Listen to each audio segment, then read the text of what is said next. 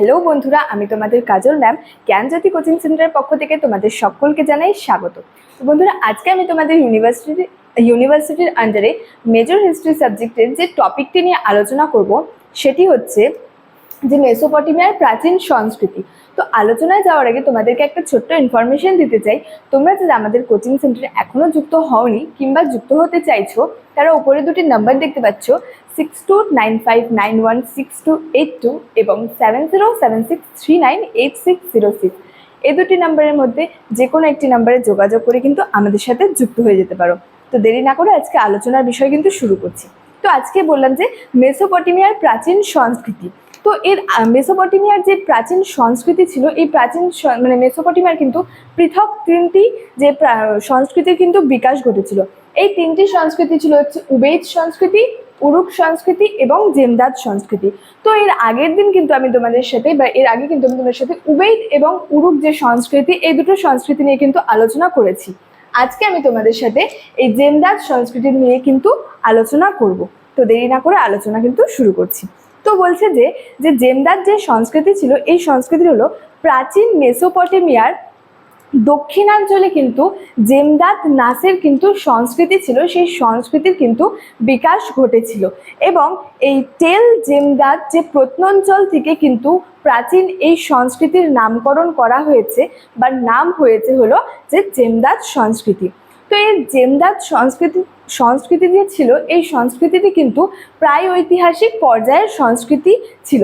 যেমন উবেইদ সংস্কৃতি ছিল হচ্ছে যে প্রি হিস্ট্রি যুগের সংস্কৃতি, এবং বা প্রি হিস্ট্রি যে পর্যায়ে ধরা হয়েছিল সেই সংস্কৃতিকে, এবং যে উরুক সংস্কৃতি ছিল সেটি কিন্তু ছিল হচ্ছে প্রোটো হিস্ট্রি এর পর্যায়ের সংস্কৃতি। ঠিক তেমনই এই যে জেমদাদ যে সংস্কৃতিটি ছিল, এই সংস্কৃতিটিও কিন্তু যে প্রায় ঐতিহাসিক পর্যায়ের সংস্কৃতি কিন্তু ধরা হয় বা কিন্তু বলা হয়।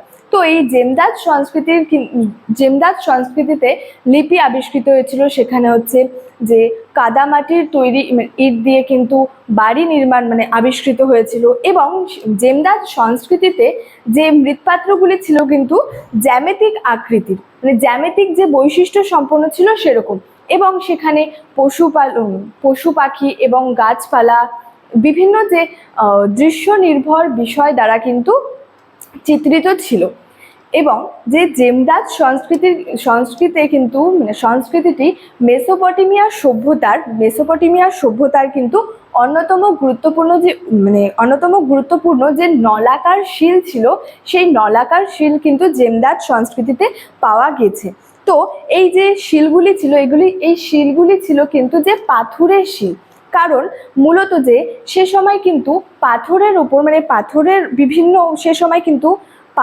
সে সময় বিভিন্ন বক্তব্য হচ্ছে খোদাই করে লেখা হতো। এবং তার থেকে ঐতিহাসিকরা মনে করতেন, বা এর থেকে ঐতিহাসিকদের ধারণা ছিল যে এগুলি যে শাসন সংক্রান্ত কাজে ব্যবহার করা হতো। যে বিভিন্ন বক্তব্য যে পাথরের উপর খোদাই করে লেখা হতো, এগুলি কিন্তু শাসন সংক্রান্ত কাজে ব্যবহার করা হতো বলে এরকমটা কিন্তু ঐতিহাসিকদের ধারণা ছিল। তারপরে বলা হয়েছে যে উবেইদ, উরুক এবং যে জেমদাদ সংস্কৃতির বিকাশের সূত্র ধরে কিন্তু মেসোপটেমীয় যে জনগোষ্ঠী ছিল, সেই জনগোষ্ঠী সভ্যতার যুগে কিন্তু পদার্পণ করেছিলেন। তো মেসোপটেমিয়া শব্দটির অর্থ বলতে বোঝাতে হচ্ছে নদীর মধ্যবর্তী কোনো ভূমি বা মধ্যবর্তী কোনো স্থান। এখানে নদী বলতে কিন্তু মূল দুটি নদীকে বোঝানো হয়েছিল, যেমন একদিকে হচ্ছে টাইগ্রিস এবং অপরদিকে হচ্ছে ইউফ্রেটিস। তো বলা হয়েছে যে টাইগ্রিসের যে গতি ছিল সেটি কিন্তু খুব দ্রুত ছিল, খুব ফাস্ট ছিল। এবং সেখানে কিন্তু আকস্মিক একটা বন্যা হওয়ার কিন্তু ভয় ছিল টাইগ্রিস নদীতে। অন্যদিকে ইউফ্রেটিস নদীর কিন্তু খুব ধীর ছিল, ইউফ্রেটিস নদীর গতি কিন্তু খুব ধীর ছিল বা খুব স্লো ছিল। তবে হচ্ছে বিশেষত হচ্ছে সুমেরে প্রবেশ করার পর কিন্তু সে ইউফ্রেটিসের গতি কিন্তু আরো ধীর হয়ে গিয়েছিল, এবং সেটি কিন্তু বিভিন্ন হচ্ছে যে নানা ধারায় কিন্তু বিভক্ত হয়ে গিয়েছিল।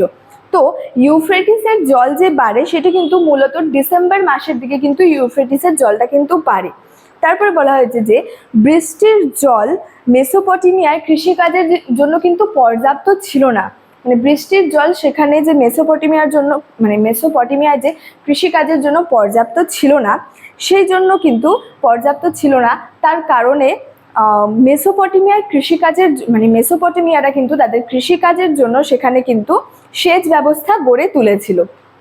এবং আনুমানিক 3000 খ্রিস্টপূর্বাব্দ নাগাদ কিন্তু মেসোপটেমিয়ারা টাইগ্রিস এবং ইউফ্রেটিস নদীর জলকে কিন্তু কৃষিকাজে ব্যবহার করতে শুরু করেছিল। 3000 খ্রিস্টপূর্বাব্দ নাগাদ সেখানে কিন্তু মেসোপটেমিয়ারা টাইগ্রিস এবং যে ইউফ্রেটিস নদী ছিল সেই নদীর জলকে কিন্তু কৃষিকাজে ব্যবহার করতে মানে শুরু করেছিল। তো স্টুডেন্ট, এই ছিল আজকে আমার যে জেমদাদ সংস্কৃতি, এই সংস্কৃতি সম্পর্কে কিন্তু আলোচনা। ভিডিওটি তোমাদের কেমন লাগলো আমাকে অবশ্যই কমেন্ট করে জানিও এবং ভিডিওটি তোমাদের বন্ধুদের সঙ্গে কিন্তু শেয়ার করতে ভুলবে না। তো দেখা হচ্ছে তোমাদের সাথে পরবর্তী ক্লাসে। ততক্ষণের জন্য ভালো থেকো, সুস্থ থেকো। Thank you so much. Thanks for watching.